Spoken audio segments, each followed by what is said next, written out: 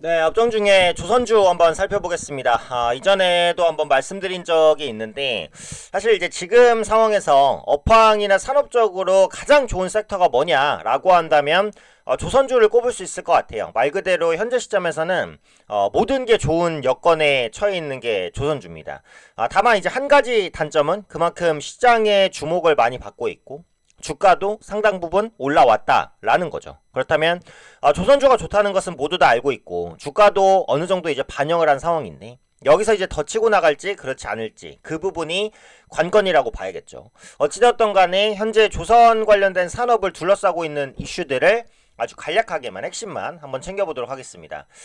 성장성은 이제 기본으로 갖고 있다라고 보시면 될 것 같은데 작년, 그러니까 2024년에 이제 국내 조선사의 신규 수주가 358억 불이었어요. 그래서 괜찮은 수준이다. 요 정도로 보시면 될 것 같고, 작년 조선 5사의 수준은 이제 237척이었습니다. 그래서 탱커선이 25척.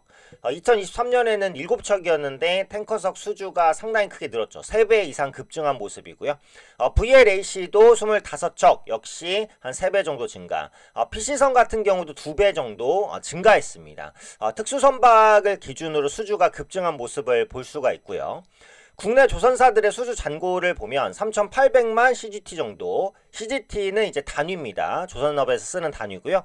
2022년 이후에 비슷한 수준을 유지를 하고 있습니다. 그래서 조선 5사의 잔고 같은 경우에는 707척. 근데 2023년 말에는 684척이었으니까 잔고는 조금 더 늘었고요. LNG선은 274척으로 증가했고 컨테이너선이 특징적으로 138척. 그래서 219척 대비해서 급감했어요. 이 말은 고부가 선박 위주로 수주가 증가하고 있다라는 겁니다. 네.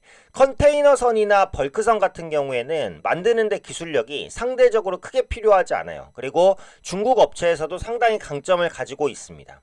컨테이너선은 이제 공산품들을 수출할 때 박스에 담아서 수출하고 수입하는 그 용도라고 보시면 되고, 벌크선은 이제 원자재, 뭐 석탄 같은 거, 그냥 막 쌓아둘 수 있는 거, 이런 것들을 수출하고 수입하는 데 쓰이는 게 벌크선이다. 이렇게 보시면 되는데, 컨테이너선이나 벌크선 같은 경우에는 그렇게 고급 기술이 들어가지는 않아요. 그래서 컨테이너선이 급감했다는 것은 뭐 글로벌 무역이 위축되고 있다. 이렇게 볼 수도 있지만, 고부가 선박이 아닌 부분은 크게 성장하고 있진 않다. 이렇게 해석하셔도 됩니다. 근데 한국은 글로벌 선박 분야에서 전체 강점을 가지고 있는 건 맞는데 그 중에서도 고부가 선박에 특히 강점을 가지고 있습니다. 그래서 고부가 선박, 그러니까 비싼 선박이 많이 팔린다라는 것은 한국 조선업이 가장 경쟁력을 글로벌 시장에서 가질 수 있는 요인이 된다. 네, 이렇게 보시면 될 것 같죠. 이 산업 자체도 좋은데 주변 여건도 좋아요. 특히 원달러 환율. 원달러 환율이 지금 어마어마하죠. 1470원 정도까지 급등을 했는데 선박 건조 비용은 주로 이제 달러로 받습니다. 그래서 달러 가치가 높으면 높을수록 이익이에요. 업황 자체가 좋은데 달러 가치도 높으니까 돈을 벌 수 있는 여건은 더더욱 형성이 된다라는 거죠. 그리고 지금 한국에서도 금리 인하를 시사하는 발언들이 나오잖아요. 그러다 보니까 환율이 당분간 빠르게 꺾일 가능성은 별로 없다는 거죠. 고환율이 일단 좀 더 유의어진다라고 본다면 이런 조선주의 우호적인 여건들은 계속해서 부각될 수 있다라는 겁니다. 그리고 지금 가시화되고 있진 않지만 노출은 많이 안 되지만 반도체 자동차도 일단 환율 상승에 따른 수혜주는 맞아요. 그래서 그 부분은 분명히 기억을 하셔야 될 것 같고, 어쨌든 조선업이 환율 강세, 달러 강세에 직접적인 수혜를 받는 건 맞습니다. 선박 건조 비용을 달러로 받으니까 그렇다라는 부분이고요.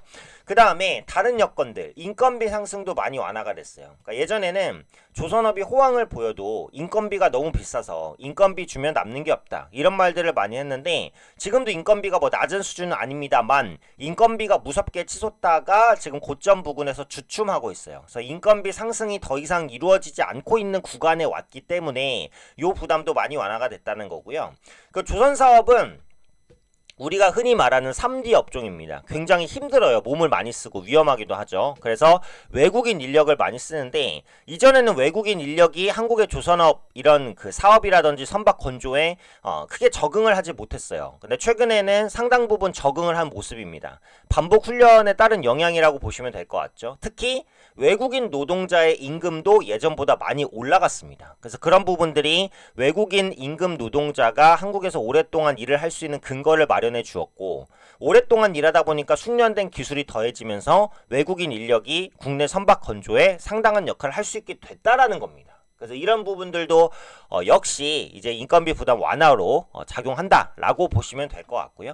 건조 공정도 많이 개선이 됐어요. 그러니까 예전보다 비용을 줄이는 쪽으로 선박 건조 기술이 많이 발전을 했습니다. 배 하나 만드는데 시간과 돈이 엄청나게 들잖아요. 그러니까 뭐 예를 들어서 건조 공기라든지 아니면은 비용을 한 5% 정도만 줄여도 이익에는 상당히 큰 영향을 미친단 말이죠. 그래서 건조 공정이 개선되면서 이런 부분도 이익에 큰 영향을 끼쳤다라고 보시면 될 것 같습니다. 여기에 이제 불을 더 붙였던 이슈가 뭐죠? 이거죠. 네, 미국과 군함을 비롯한 상선 부분에서의 협력 강화. 이제 트럼프 2기 행정부가 곧 출범을 하는데 트럼프는 연간 이제 한국에 대해서 안 좋은 말들을 많이 했죠. 뭐 방위비를 올려야 된다라느니 뭐 한국은 ATM기다, 뭐 현금 인출기라느니 여러 가지 굉장히 한국에 좀 좋지 않은 언급을 많이 했는데 한 가지 그죠? 한국의 조선업과 협력을 해야 된다. 그 말은 했어요. 그래서 그 말이 불을 붙이면서 조선업이 다시 한번 크게 주목을 받았습니다. 트럼프가 인정할 만큼 한국의 특수 조선 사업, 고가 선박 조선 사업 같은 경우에는 상당히 높은 기술력을 가지고 있다라는 거예요. 압도적입니다. 그래서 미국과 군함을 비롯한 상선 부분에서 협력을 해야 된다라는 말이 나오면서 앞으로 미국과의 협업은 계속해서 이루어지겠죠. 조금 더 이제 구체적인 내용을 한번 여기서 보면 섹션 이 702와 707만 볼게요. 702를 보시면 납세자가 미국에서 자격을 갖춘 원양 선박의 건조 등에 투자하면 33%의 세액공제 제공. 선주가 미국에 본사를 둔 보험회사로부터 보호 및 면책보험을 받기로 회사청과 협정을 체결하면 5% 추가 세액공제. 섹션 707은 동맹국과 조선업 교류 프로그램을 신설하고 미국 조선소에 투자 시 25%의 세액공제. 아마 지금 여기 나온 것보다 조금 더 파격적인 조선업 육성 정책들이 진행될 가능성도 꽤 높습니다. 그래서 그런 부분들을 생각해 봤을 때 국내 조선사의 미래는 꽤 밝은 편이다. 이렇게 보시면 되겠죠. 그리고 조선업을 볼 때는 사실 뭐 여러 가지 지표들을 보셔야 되겠지만 여기 클락슨과 신한투자증권의 자료를 보시면 주요 선종 신조선가입니다. 그래서 벌크선, 가스선, 탱커선, 컨테이너선이 모두 다 우상향을 하는 모습을 보이고 있어요. 결국은 신조선가가 그 배의 가격이다. 이렇게 보셔도 돼요. 뭐 크게 틀림은 없어요. 그래서 신조선 가격 지수가 높은 수준을 계속해서 유지한다라고 한다면 국내 조선사의 이익도 높은 수준을 유지할 가능성이 높다라고 보시면 되겠고, 신조선가가 갑자기 어떠한 이유에서든 꺾이는 모습을 보인다라고 한다면 국내 조선사의 이익도 꺾일 가능성이 있어요. 그래서 이런 부분들은 좀 주의를 하시면서 살펴보실 필요는 있겠죠. 그래서 주요 선종의 신조선가가 꺾이는지 높은 수준을 유지하는지를 보고 현재는 높은 수준을 유지하고 있는 게 맞습니다. 그래서 조선업의 전망은 일단 긍정적입니다. 이렇게 간단히 현재 조선업이 강세를 보이고 있는 포인트들 한번 짚어봤고요. 다만 앞서도 말씀드린 대로 이 부분을 차트가 많이 반영하고 있다라는 게 이제 살짝 부담이 될 수 있다라는 거죠. 한국조선해양 같은 경우 보시면은 언제부터 올랐어요? 작년부터 올랐습니다.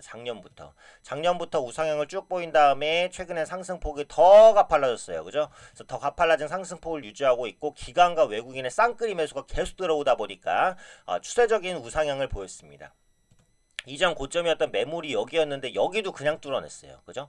그래서 눌림이 만약에 21만 5천원 구간까지 여기 구간까지 온다면 눌림 이후에 재반등을 한번 노려서 신규 접근을 해볼 수 있을 것 같아요. 근데 지금 위치에서 신규 접근을 하기에는 조금 무리가 있을 것 같아요. 그러니까 보유하고 계신 분들의 영역이고 눌림이 21만 5천원까지 오되 조선업에 뭐 악재가 나오지 않는 선에서의 눌림이다라고 한다면 21만 5천원 정도가 신규 매수에 가는 가격이다라고 봅니다. 지금은 위치적으로 높기 때문에 신규 접근이 살짝 부담스러우니까 신규로 만약에 접근하실 분들은 눌림을 노리시는 게 좀 더 낫다라고 보고요.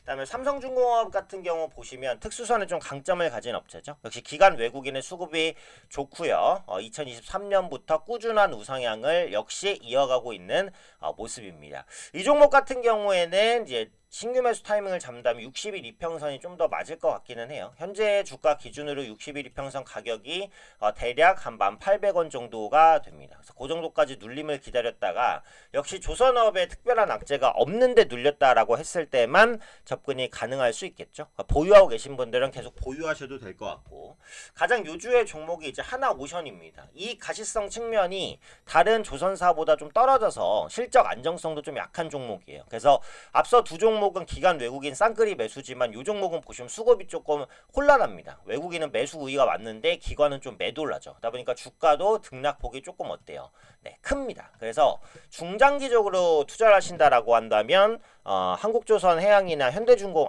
삼성중공업이 조금 더 유리하다라고 생각이 되고, 단기적으로 시세를 보겠다라고 하시면 네, 하나오션이 변동성이 크니까 좀 더 유리하다라고 생각이 돼요. 다만 이 종목은 지금 이제 보유자의 역시 영역이라고 판단이 됩니다. 4만 원대에서의 매물이 워낙 강하기 때문에 여기를 한 번에 뚫어내긴 좀 어려울 것 같거든요. 그렇다면 지금 보유하고 계신 분들이 4만 원을 1차 목표가로 홀딩을 하시는 전략 정도지, 신규 매수를 할 자리는 딱히 안 나온다. 이 정도의 생각은 있어요. 그래서 종합하면 한국조선해양이랑 삼성중공업은 기술적으로 좀 조정, 눌림이 나오면 신규 매수를 고려해 볼 만하고, 하나오션은 현재로서는 보유자의 영역이다. 이 정도로 생각이 됩니다. 주가가 올라간 거 빼고는 네, 다 호재만 있는 조선주이기 때문에 또 정치 리스크에서도 좀 자유로운 편이에요, 조선주가. 그래서 이 부분을 좀 참고하셔서 앞으로의 대응 잘 하셨으면 좋겠습니다.